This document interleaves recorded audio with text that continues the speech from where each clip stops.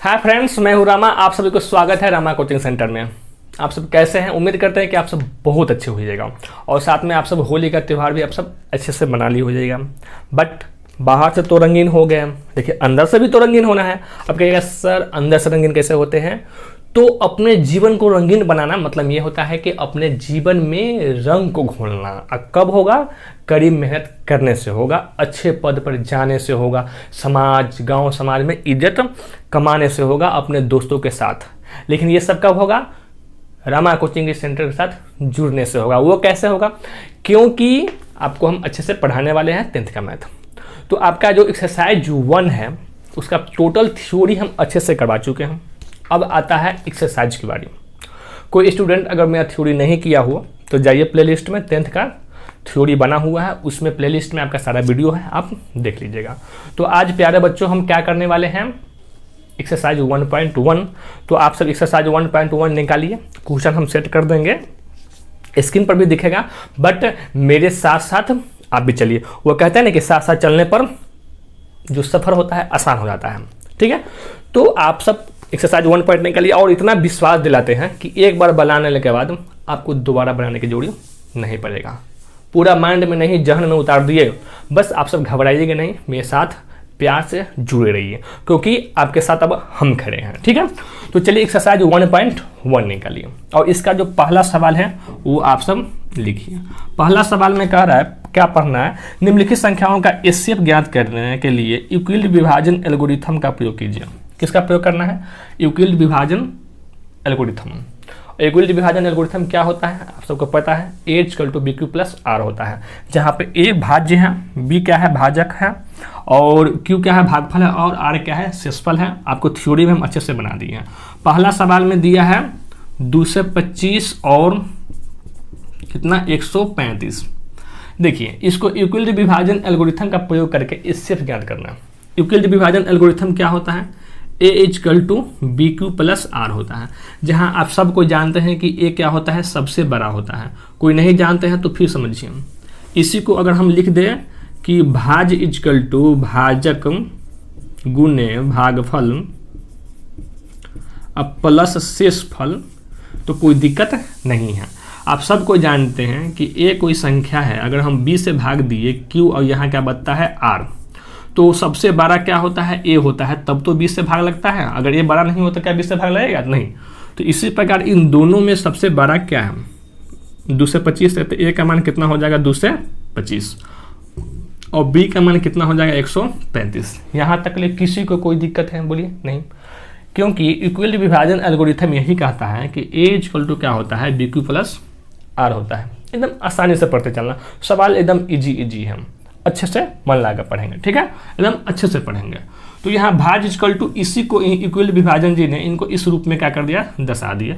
तो इसी मेथड से हमको एचसीएफ ज्ञात करना है। किस प्रकार ज्ञात करना है? बस आइए, तो यही है 225 माने 225 और 135 है। तो इसमें A का मान सबसे बड़ा वाला 225 हो जाएगा, B का मान कितना है? 135 है। आपको दर्शाना किस में है? A=BQ+R, मतलब A है 125 है, इसको इस रूप में दर्शाना है। कब तक? जब तक R का मान 0 न हो जाए, क्योंकि R का मान इसमें क्या होता है? या तो 0 के बराबर होगा, या क्या होगा? B से क्या होगा? छोटा होगा। क्या होगा? B से क्या होगा?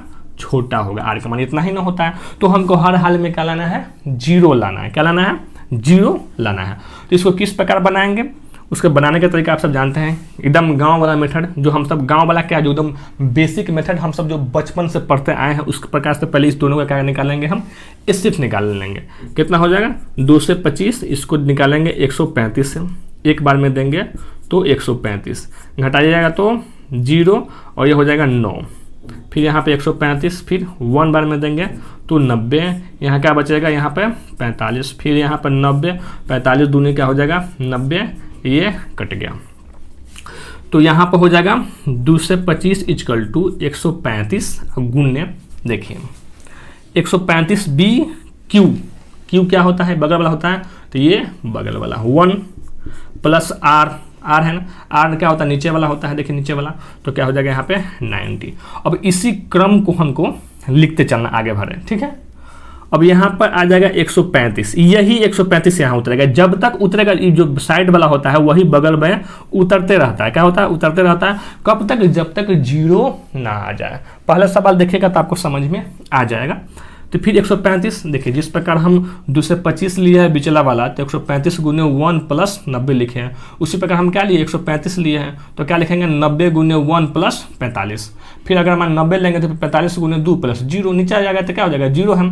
तो यहाँ पर क्या हो जाएगा? 90 गुने 1 प्लस 45।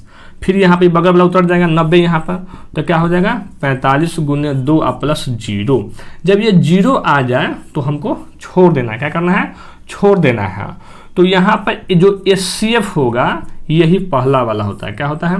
तो ये हो जाएगा 45 आंसर। ठीक है, कुछ नहीं करना था। इसको पहला सवाल में एकदम इजी से आपसे समझा दिया है कि इक्विल विभाजन एल्गोरिथम क्या होता है? BQ प्लस R होता है। ठीक है, अब इसी रूप में हमको दर्शा देना था और इसी मेथड से HCF निकाल लेना है। HCF वाला में क्या होगा? सबसे अंत में जब 0 आ जाएगा तो उसका जो B का मान होगा वही क्या होगा? HCF उसका होगा। क्या होगा? HCF होगा, क्योंकि A = BQ प्लस R। तो यहाँ पर भी ए अगर इसको 90 को मानते हैं तब B 45 हो जाएगा, Q 2 हो जाएगा और R का मान क्या हो जाएगा? 0 हो जाएगा। तो ये 45 वो बड़ी से बड़ी संख्या है जो दोनों को डिवाइड करती है, क्योंकि HCF का मतलब भी यही होता है। हम आपको हम बताए भी हुए हैं कि HCF क्या होता है। तो पहला आपसे सवाल उतार लीजिए, समझ में आ ही गया होगा अच्छे से। कोई डाउट? मेरे पढ़ाने का तरीका अच्छा हो तो आप सब लाइक सब्सक्राइब शेयर कर ही दीजिएगा और साथ में कमेंट नहीं कीजिएगा, कंजूसी नहीं करना है। ठीक है, क्योंकि आप सबके लिए इतना गर्मी में देखते हैं मच्छर घूम रहा है, पंखा नहीं चला सकते हैं। अब आप सब नहीं, सॉरी थोड़ा जल्दी मिटा दिए। अगर नहीं उतारे हो जाएगा तो वीडियो को पॉज करके रोक के आप सब क्या कर लीजिएगा? उतार लीजिएगा। ठीक है ना, क्योंकि सवाल थोड़ा ज़्यादा है। एक दिन में 1 एक्सरसाइज हम पूरा करवाने वाले हैं। ठीक है, अब इसी का दूसरा सवाल देख लीजिए। दूसरा सवाल में क्या कर रहा है? कितना कितना दिया है? 196 और कितना दिया है? 38,220 दिया हुआ। तो इसमें भी ऐसा ही है। ए का मान कितना? 12 वाला हो जाएगा 38 इतना। बी का मान कितना हो जाएगा? 196। लिखना है किस रूप में? हमको लिखना है A = BQ प्लस R के रूप में। यही क्या है? यूक्लिड विभाजन एल्गोरिथम से, चाहे यहाँ पर हम लिख भी सकते हैं यूक्लिड विभाजन एल्गोरिथम से। ये बराबर इतना। तो यहाँ पर ध्यान दीजिए, 38 2 2 0 = कितना हो जाएगा? 196। देखिए इस सवाल है ना, सीधे अगर 195 से हम गुना करते हैं तो प्लस क्या आ जाता है? सीधे 0 आ जाता है। 196 में अगर 195 से आप सीधे गुना कीजिएगा तो आपका इतना आ जाएगा। ठीक है, और इसमें हम 0 जोड़ देंगे तो यहाँ 0 तो यहाँ पहली बार में ही हो गया। तो जब ये 0 हो जाएगा तो जो हमारा B होता है वही क्या होता है? HCF होता है। तो यहाँ पर HCF = कितना हो जाएगा? 196। यही आपका आंसर हो गया। आप कहिएगा सर आप तो एक बैक मार दिए। अब उसका रीजन है हम बनाए हुए अभी है अभी आपको। और इसमें सिंपल सी बात है, देखिए 196 है और 195 है, लगभग कोनो क्या है? ये भी 200, ये भी 200 का मान लेते हैं। तो 200 में गुना करेंगे तो कितना हो जाएगा? लगभग कितना के बराबर हो जाएगा? 40,000 के बराबर हो जाएगा। तो उसमें 196 195 कुछ कमी है, मतलब क्या 38,000 तो आ ही जाएगा मेरा। लगभग दिमाग लगाने की बात है। तो आप सब ये भी बना लीजिएगा और इसी क्रम से अब तीसरा बनेगा। आप कहिएगा सर तीसरा भी बता दीजिए, तो ये तो दटवाने वाला बात हो गया। थोड़ा बहुत तो मेहनत आप भी कीजिएगा ना मेरे साथ है। चलिए अब आप ये उतार लिया हो गया, ये तो बड़ी नहीं है, आप सबको याद भी हो गया होगा।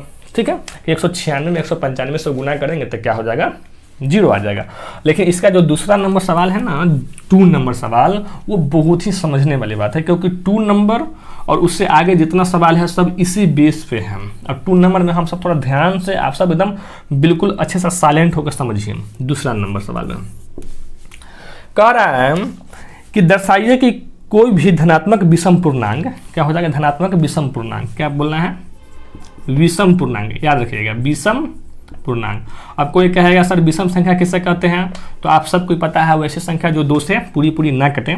अब किसको ये भी याद नहीं है तो पिटाई करेंगे, क्योंकि आप सबको हम बताए हुए हैं कि सम क्या होता है, विषम क्या होता है। दुनिया के जितना संख्या होता है लगभग हम सब पढ़ा दिए हैं। ठीक है, 6q + 1, 6q + 3 और 6q + 5 के रूप में दर्शाना है। मैंने कह रहा है कि सवाल में कि कोई भी जो विषम पूर्णांक होता है क्या वो 6q + 1, 6q + 3 और 6q + 5 के रूप का होता है कि नहीं।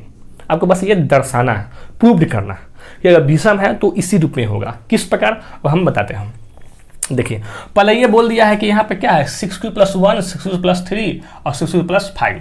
तो कोई यहाँ पे संख्या होगा उसके इक्वल ये होगा। यहाँ पर हम उस संख्या मान लेंगे, हम a मान लेंगे। तो a संख्या क्या होगा? अगर हम कहेंगे कि अगर मान लीजिए a = हम अगर मान लीजिए b लिखते हैं, मतलब क्या है कि a b के बराबर है। तो उसी प्रकार अगर a यहाँ पर हम कोई संख्या मान लेंगे, तो अगर ये संख्या विषम पूर्णांक अगर है रूप में अगर हम मानते हैं, तो a को भी हमको क्या मानना पड़ेगा? विषम पूर्णांक मानना पड़ेगा। तो यहाँ पर मान लेंगे, माना a धनात्मक विषम पूर्णांक है। क्या है? विषम पूर्णांक है। इतना तो आप सब समझ में आ गया होगा कि a हम क्यों माने हैं। तो यहाँ पे a = क्या हो जाएगा? 6q + r। तो यहाँ पे a = मान लेते हैं, यहाँ पे हम 6q + r लिखेंगे तो कोई दिक्कत है?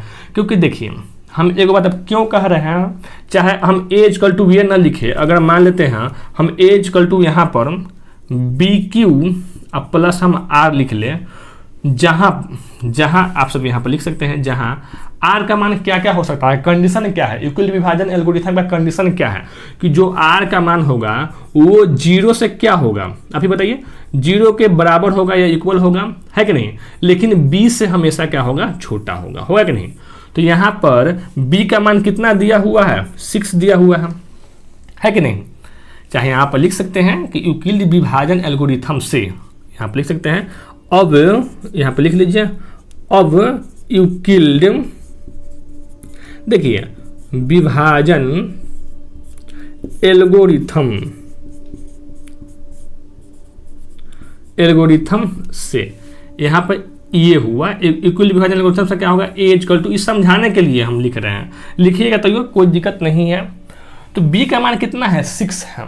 तो जब ये b का मान 6 होगा तो r का मान आपका क्या होगा? b से हमेशा छोटा होगा कि नहीं, क्योंकि यहाँ पे कंडीशन है। और क्यों छोटा होता है आप सबको हम पहले भी बताए हुए हैं, क्योंकि अगर कोई संख्या में हम भाग देते हैं तो भी बताए हैं कि मान लीजिए यहाँ पर 32 कोई संख्या है, उसमें अगर हम 5 से भाग देते, 5 × 6 = 30, तो यहाँ पे 2।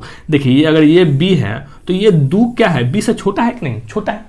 तो इसी प्रकार शेषफल जो होगा इसका, जो अगर b का मान अगर हम 6 मानते हैं, तो जो r का मान होगा क्या होगा? 0 भी हो सकता है, पूरी कर सकता है कोई भी संख्या, क्योंकि हम तो प्रूव करना है ना, यहाँ पर कोई संख्या तो दिया नहीं है। 0 हो सकता है, 1 हो सकता है, 2 हो सकता है, 3 हो सकता है, 4 हो सकता है और 5 हो सकता है। क्या 6 होगा? नहीं होगा। क्यों? क्योंकि 6 b के इक्वल हो जाएगा। b के इक्वल नहीं चाहिए, b के बराबर नहीं चाहिए, हमको b से हमेशा छोटा चाहिए। इस सवाल पर हम समय इसलिए ले रहे हैं क्योंकि इसी प्रकार का 2 सवाल और हैं। तो अगर हम देखिए r का मान 0 यहाँ पर लिख रहे हैं, यदि r = अगर हम 0 रखते हैं तो a = क्या होगा? फिर बताइए, b का मान कितना है? 6q + क्या हो जाएगा? 0। ठीक है। r = अगर हम 1 रखते हैं तो a = क्या हो जाएगा? 6q + 1। अगर r = अगर हम 2 रखते हैं तो a = क्या हो जाएगा? 6q + 2। बस मान पुट करते चल रहे हैं इसी मान पर। ठीक है। अगर हम r = हम 3 लेते हैं तो a = क्या हो जाएगा? 6q + 3। उसी प्रकार r = अगर हम 4 लेते हैं तो a = क्या हो जाएगा? 6q + 4। अगर हम r = 5 लेते हैं तो a = क्या हो जाएगा? 6q + 5। अब यहाँ पर ध्यान दीजिए, एक चीज आप सब ध्यान दीजिएगा, देखिए 6q + 0, 2 और 4 है कि नहीं। क्या आपको ये 4, 2 और 0 क्या विषम दिखाई दे रहा है? क्या यह 2 से नहीं कटने वाला है? बताइए, 2 से तो पूरी कट जाएगा। तो यहाँ पर लिख दीजिए कि यहाँ 6q + 0, चाहे 6q भी लिख सकते हैं क्योंकि 0 जोड़ने पर कोई प्रभाव नहीं पड़ता। 6q + 2 और 6q + 4 क्या है? सम है। क्या है? सम धनात्मक पूर्णांक है। क्या है? धनात्मक पूर्णांक है। देखिए संख्या या तो सम होगा या तो विषम होगा कि नहीं। तो अगर ये 0, 2, 4 सम हो गया तो ये क्या है? सम धनात्मक पूर्णांक है।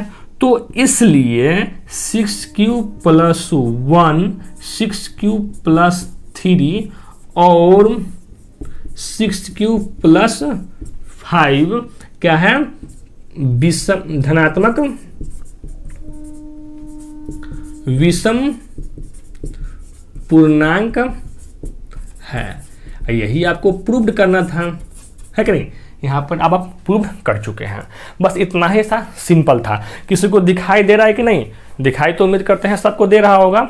चलिए, दे रहा है दिखाई, तो आप सब नोट कर लीजिए। उम्मीद करते हैं कि देखिए यहाँ पर सिर्फ समझना था, कुछ बड़ी बातें नहीं हैं। देखिए ये जो सवाल होता है अधिकांशतः बच्चा कन्फ्यूजन में रहता है, क्या हो गया? कुछ नहीं हुआ, क्योंकि देखिए हम सब बचपन से पढ़ते आए हैं भाज्य इक्वल टू भाजक गुणे भागफल प्लस शेषफल होता है। इन्हीं को दर्शा दिया, तो यहाँ पर जो b का मान होगा वो हमेशा r से माने कि शेषफल से क्या होगा, छोटे ना होगा। तो उसी प्रकार क्या 1 2 3 4 5 हम लिख दिए। लिखने के बाद सबका मान पुट कर दिए। मान पुट करने के बाद आप सबको जानते हैं कि 0 2 4 ये सब क्या है, सम संख्या है, 2 से पूरे कट जा रहा है। तो जो नहीं कटेगा वो क्या है, विषम हुआ। तो यहाँ पर 1 3 और 5 क्या है, विषम है। बस प्रूव्ड का हो गया। चलिए आप सब उतार लिए, हो जाएगा। नहीं उतारा तो हाल ही उतारिए, क्योंकि अब तो बढ़िया बढ़िया सवाल आने वाला है, और बढ़िया बढ़िया सवाल आने वाला है।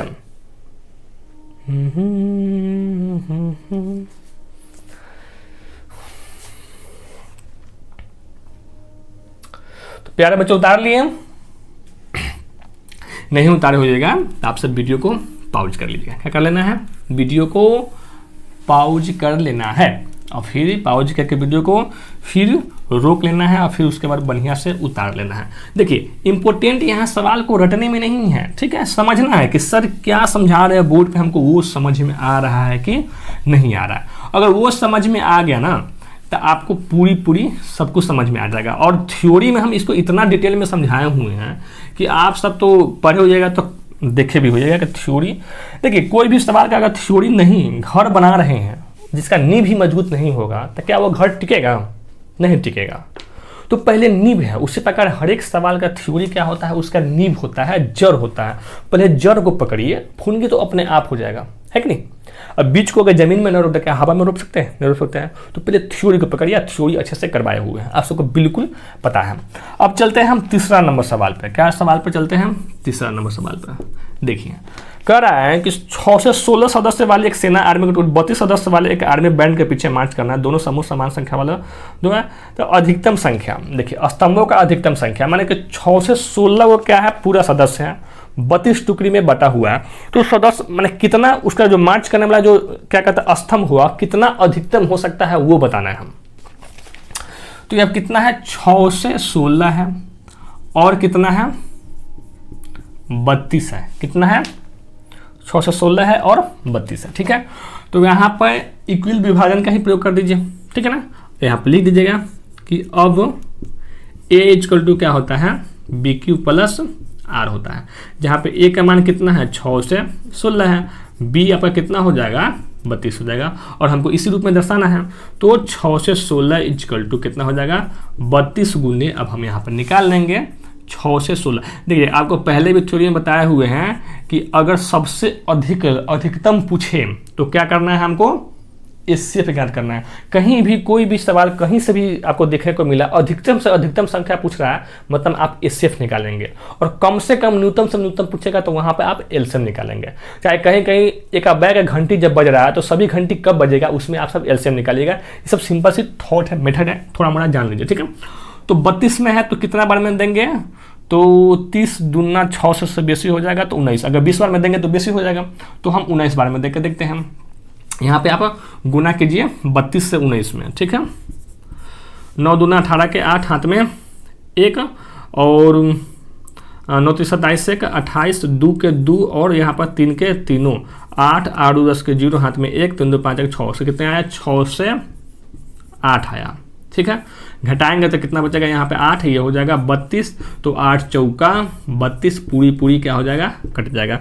तो आपका मतलब ये हुआ कि इसको हम लिख सकते हैं 32 गुने 19 प्लस 8। अब जानते हैं कि यही वाला उतर के यहाँ पे आता है, तो 32 से जो क्या हो जाएगा 8 गुने 4 प्लस 0, फिर 0 आ गया तो यही आपका बी एचसीएफ हो जाएगा ना।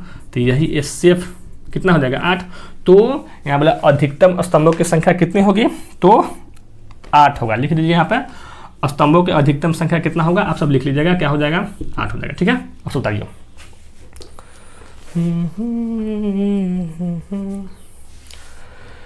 सारे जहां से अच्छा हिंदुस्तान हमारा हमारा। चलिए, आप सब उम्मीद करते हैं कि एकदम अच्छे से लिख लिया हो जाएगा। अब अधिक समय नहीं दे रहा है, क्योंकि अब जो 2 सवाल आने वाला है ना, उसमें तो अधिकांशतः बच्चा कहता है कि सर ये सब सवाल आया ही क्यों, और आया ही क्यों, तो इतना समझ लीजिए कि एग्जाम में उसमें से एक न एक तो आता ही है। लेकिन आप पढ़ रहे हैं रामा सर के साथ है, तो आपको घबराने की जरूरत बिल्कुल नहीं है, एकदम बढ़िया से समझ में आ जाएगा। देखिए, कह रहा है कि चौथा नंबर सवाल क्या कह रहा है, हम सुन लेंगे फिर उसको हम बता देंगे। कह रहा है कि यूक्लिड विभाजन प्रमेय का प्रयोग करके दर्शाएं कि किसी धनात्मक पूर्णांक का वर्ग किसी पूर्णांक m के लिए 3m + 1 का रूप का होता है। क्या दिया है, धनात्मक पूर्णांक का वर्ग 3m या 3m + 1 के रूप का होता है कि नहीं, यही आपको प्रूव करना है। तो यहाँ पर लिख दीजिए, माना ए कोई क्या कहेंगे धनात्मक पूर्णांक है। क्या मान लेंगे, पूर्णांक है। सम विषम तो इसमें बोला नहीं है, तो सीधे हम पूर्णांक मान लेंगे। तो आप ही बताइए, A क्या होता है, BQ + R होता है ना, सबको जानते हैं। जहां पर R का कंडीशन क्या है, वो 0 से क्या हो जाएगा 12 या इक्वल होगा, बट 20 से हमेशा क्या हो जाएगा, छोटा होगा। होता है कि नहीं, चाहे यहाँ पर लिख देते हैं। यहाँ पर इसके बदले में आप लिख भी सकते हैं कि यूक्लिड विभाजन, यहाँ पर ये क्यों है, तो यहाँ पर जगह थोड़ा स्पेस कम है, यहाँ पर लिख दीजिएगा यूक्लिड विभाजन एल्गोरिथम से। चाहे उम्मीद करते हैं कि आप सब लिख लीजिए, ना कहिएगा सर हमको छोड़वा दिए आप, तो फिर दिक्कत हो जाएगा, है कि नहीं। यहाँ पर लिखिए, यूक्लिड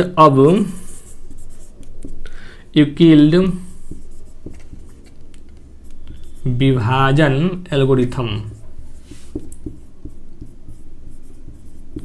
एल्गोरिथम से, चाहे प्रमेय का कुछ भी उससे को देगा। A क्या होता है, BQ + R होता है। जहाँ पर R का कंडीशन अभी बताए हैं कि 0 से बड़ा या छोटा, 0 से बड़ा या इक्वल होगा, लेकिन B से हमेशा क्या होगा, छोटा होगा। तो यहाँ B का मान कितना दिया हुआ है, 3। क्या दिया हुआ है, 3।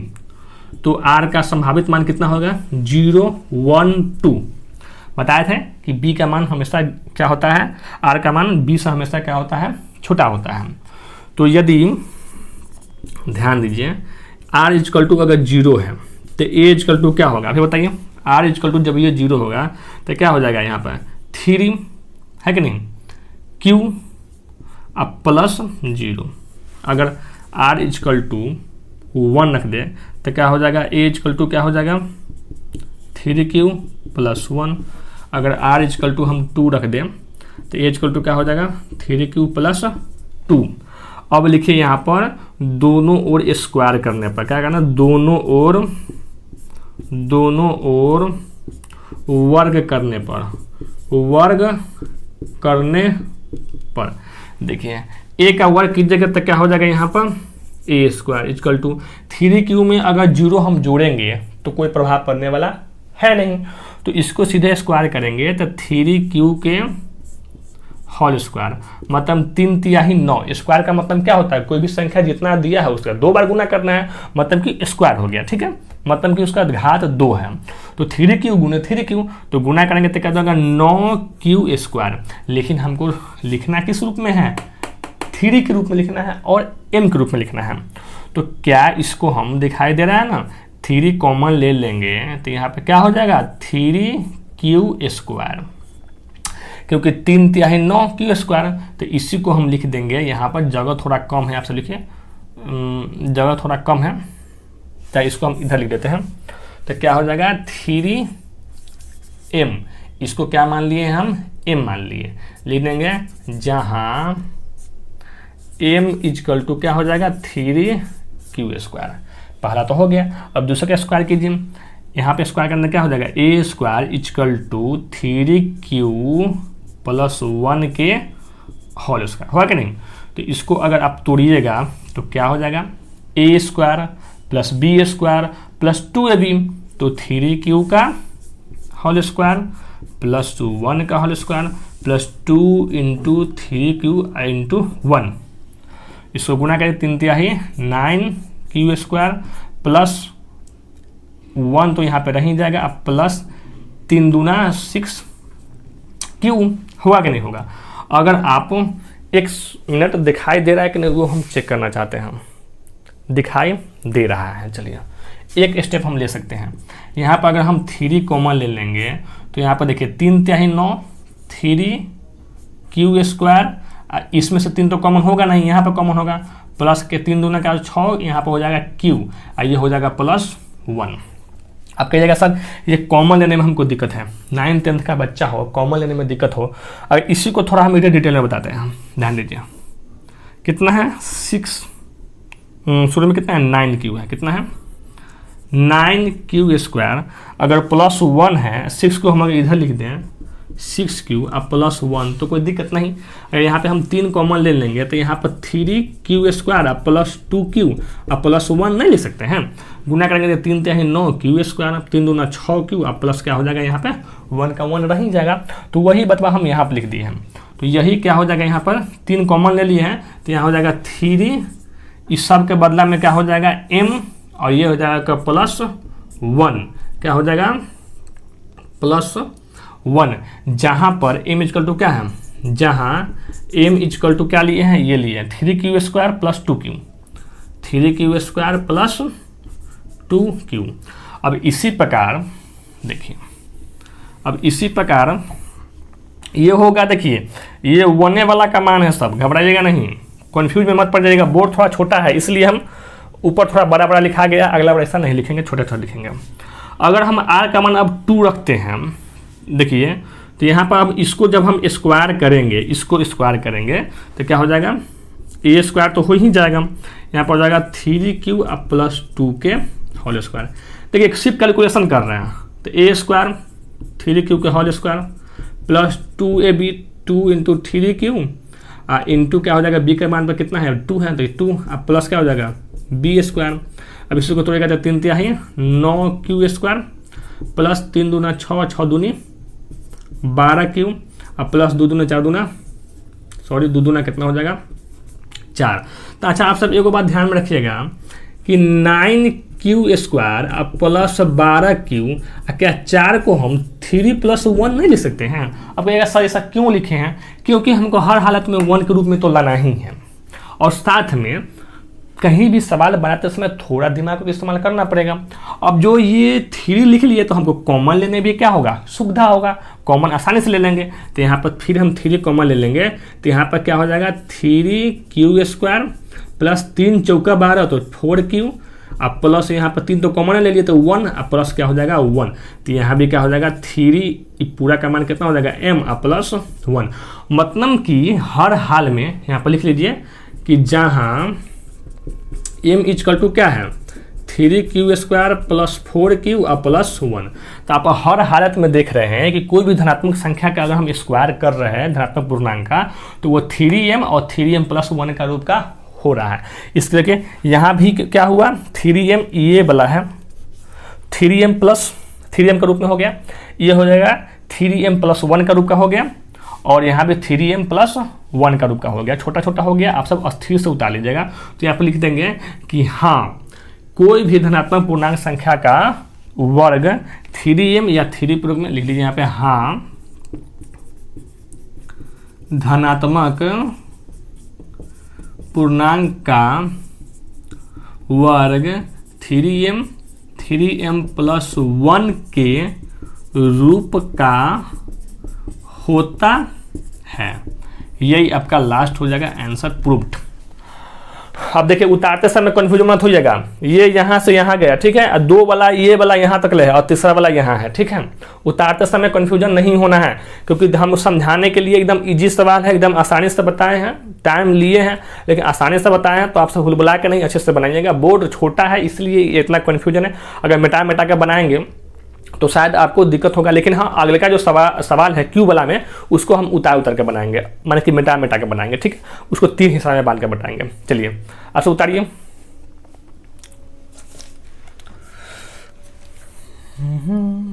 कोई कंफ्यूजन नहीं होगा, अब जिसको a प्लस बी के होल स्क्वायर का फॉर्मूला नहीं आता है तो सब लिख सकते हैं a प्लस बी के whole square equal to A square plus 2ab plus B square. ठीक है, या इसको आप एक और तरीका से भी लिख सकते हैं A square plus B square plus 2ab। किसी प्रकार उल्टा पुल्टा प्लस में क्या दिक्कत होता है? कोई दिक्कत नहीं होता। तो आप सब उतार लीजिएगा। चलिए वीडियो को पॉज करके आप सब देख लीजिएगा। अब आते हैं अगले का सवाल पर। जो सवाल थोड़ा और बच्चा सबको दिक्कत करता है, लेकिन देखिए इसको हम और थोड़ा समय लेंगे, लेकिन एकदम अच्छे से बताएंगे, क्योंकि यहाँ पर ले तो हमको लगता है कि बच्चा सबको समझ में आ जाता है, लेकिन वो सवाल है ना बड़ा दिक्कत करता है। लेकिन उस दिक्कत को हम जल्दी से न मिटा दिए तो फिर हम आपको पढ़ाए ही क्यों रहे हैं? जब मेरा स्टूडेंट होके भी आपको दिक्कत हो तो फिर मेरे प्यारे बच्चों पढ़ाने की मेरा मकसद क्या हुआ? चलिए अब आते हैं 5वां सवाल। थोड़ा ऊपर से ले लेंगे ताकि आपको दिखाई दे रहा है ना। 5 नंबर लिखे हैं तो बहुत बढ़िया दिखाई दे रहा है। चलिए ठीक है, 5वां सवाल में कह रहा है कि यूक्लिड विभाजन प्रमेय का प्रयोग करके दर्शाइए किसी धनात्मक पूर्णांकों का घन 9m प्लस 1। क्या बोल रहा है यहाँ पे? घन। क्या बोल रहा है यहाँ पे? घन 9m प्लस 1 और 9m प्लस 8 के रूप का होता है। या फिर मान लेंगे, माना a कोई धनात्मक पूर्णांक है। क्या मानेंगे? पूर्णांक है। लिखिए, अब जो रामायण का था उसमें लिखे तो वही लिखेंगे। यूक्लिड विभाजन प्रेमिका से a इक्वल टू क्या होता है? BQ plus R। जहां पर R का कंडीशन क्या होता है आप सबको जानते हैं कि 0 से इक्वल या 12, लेकिन B से क्या होता है? छोटा होता है। ये कंडीशन होता है। ठीक है,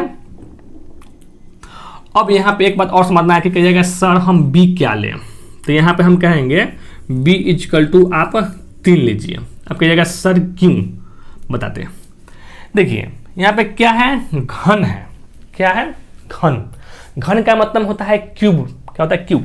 मतलब कोई संख्या को अगर 2 का पावर हम घन करते हैं तो 2 गुने 2 मतलब 3 बार लिखना हुआ, तो मतलब क्या हुआ? 2 दूना 4 दूनी 8।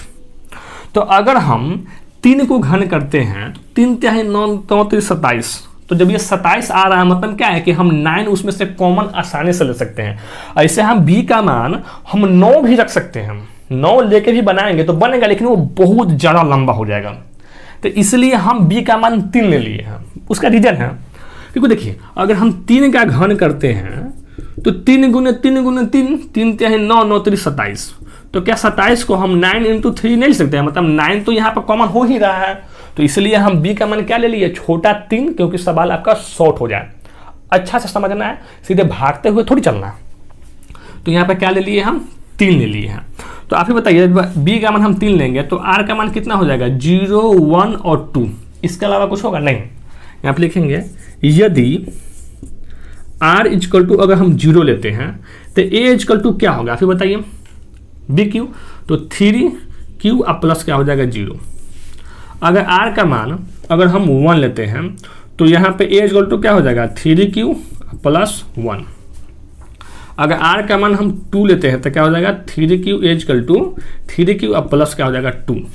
अब यहाँ पर लिख लीजिए दोनों ओर घन करने पर, क्योंकि घन हमको करना है।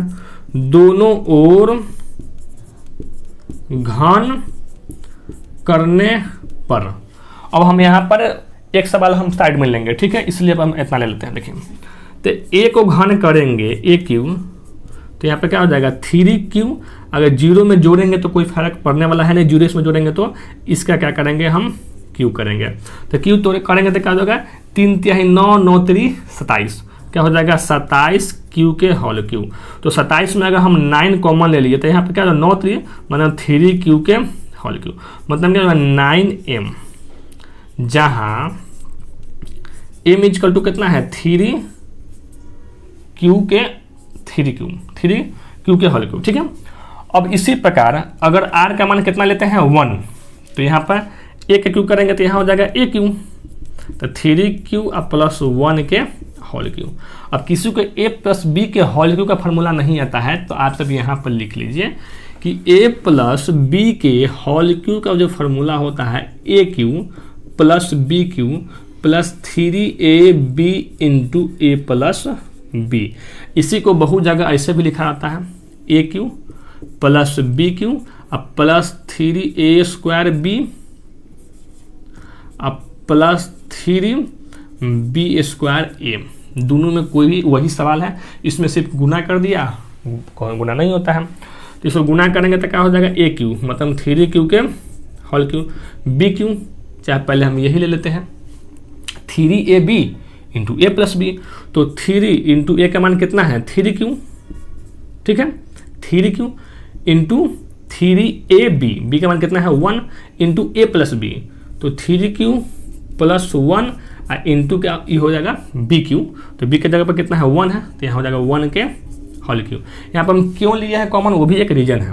3 तिहाई 9 9 3 कितना हो जाएगा 27 के होल क्यूब प्लस 3 तिहाई 9 और 9 3 27। देखिए 3 तिहाई 9 9 3 27 दोनों को गुना कीजिएगा। यहाँ से इससे पहले हम इसमें गुना करेंगे और फिर इससे हम इसमें गुना करेंगे। तो 3 तिहाई 9 और 9 3 27 मतलब यहाँ भी 27 क्यू में गुना होगा तो हो जाएगा यहाँ पर q² प्लस 3 तिहाई 9 1 में गुना होगा तो 9q है कि नहीं। अब प्लस यहाँ 1q का 1q तो 1 होबे करेगा। यहाँ पर फिर अगर हम 9 कॉमन ले लेते हैं तो आएगा 9 3q के होल क्यूब प्लस यहाँ पे क्या हो जाएगा 3q² अब प्लस यहाँ पे q अब प्लस क्या हो जाएगा यहाँ पे 1।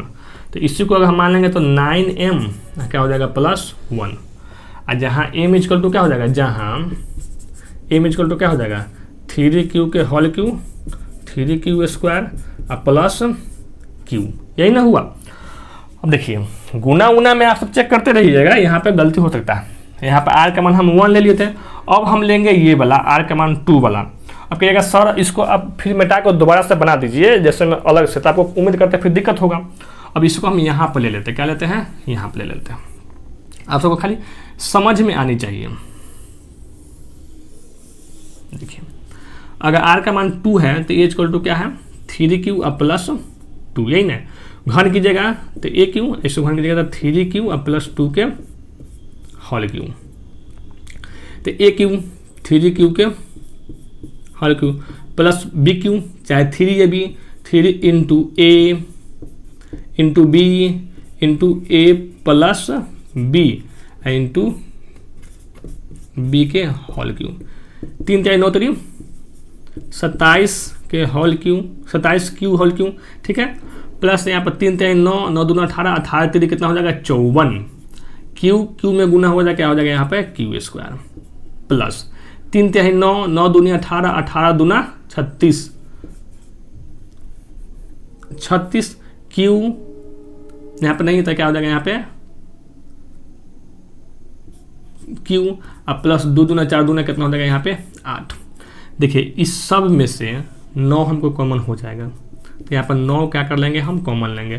तो 9 3 27 क्यू के होल क्यूब। अब 9 छक 9 का 9 9 2 18 9 3 27 9 चौका 36 9 5 45 9 छक 54 मतलब कि यहाँ पे क्या हो जाएगा 6। तो यहाँ पे 6 q²। फिर 36 है तो 9 का 9 9 9 18 9 3 27 9 चौका 36 4 तो यहाँ हो जाएगा 4q और यहाँ प्लस 8 तो रहेगा ही आएगा। तो ये भी क्या हो जाएगा 9m अब प्लस 8। जहाँ पर हम m इक्वल टू लिख लीजिए, जहाँ m इक्वल टू क्या है ये पूरा है 3q के whole cube 6q² plus 4q, है कि नहीं। मतलब कि आप हर स्थिति में देखे हैं कि कोई भी धनात्मक संख्या का जो पूर्णांक होता है या तो 9m या 9m प्लस 1 या 9m प्लस 8 के रूप का होता है। तो लिखेंगे हाँ, ठीक है यहाँ पे हाँ धनात्मक पूर्णांक का घन 9m प्लस 1 और 9m प्लस 8 के रूप का होता है। आगे आपका प्रूव्ड। तो आप सब इसको आप उतार लीजिएगा अच्छे से। उम्मीद करते हैं कि ये सवाल आपको अच्छे से समझ में आया होगा। कुछ नहीं करना था, सवाल वही था, एगो में कुछ नहीं करना था, दूसरा में स्क्वायर करना था, तीसरा में क्या करना था, घन करना था। थोड़ा गर्मी अधिक है और पंखा चला नहीं सकते हैं, क्योंकि पंखा चलाएंगे तो आपका जो स्पीकर का आवाज़ थोड़ा दिक्कत होगा, तो मच्छर भी घूम रहा है। आप सबके लिए इतना मेहनत कर रहे हैं हम, उम्मीद करते हैं कि पढ़ाने का तरीका आपको अच्छा ही लगा होगा। आप सबके लिए बहुत मेहनत करते हैं। आप सब मेरे चैनल को शेयर कीजिए, सब्सक्राइब कीजिए और कमेंट अच्छे से किया कीजिए, क्योंकि इतना रात में भी आप सबके लिए ही मेहनत कर रहे हैं हम। तो चलिए मन ला कर पढ़ते रहिए, और ये सेशन को अगर एक बार में समझ में नहीं आया तो दोबारा बार में देख लीजिएगा, तो 100% समझ में आ ही जाएगा। लेकिन हमको नहीं लगता है कि एक बार हम समझाए होंगे अब मेरे प्यारे बच्चों को, मेरे प्यारे स्टूडेंट को समझ में नहीं आया हो। तो आप सब मन ला कर पढ़ते रहिए। जय हिंद फ्रेंड्स।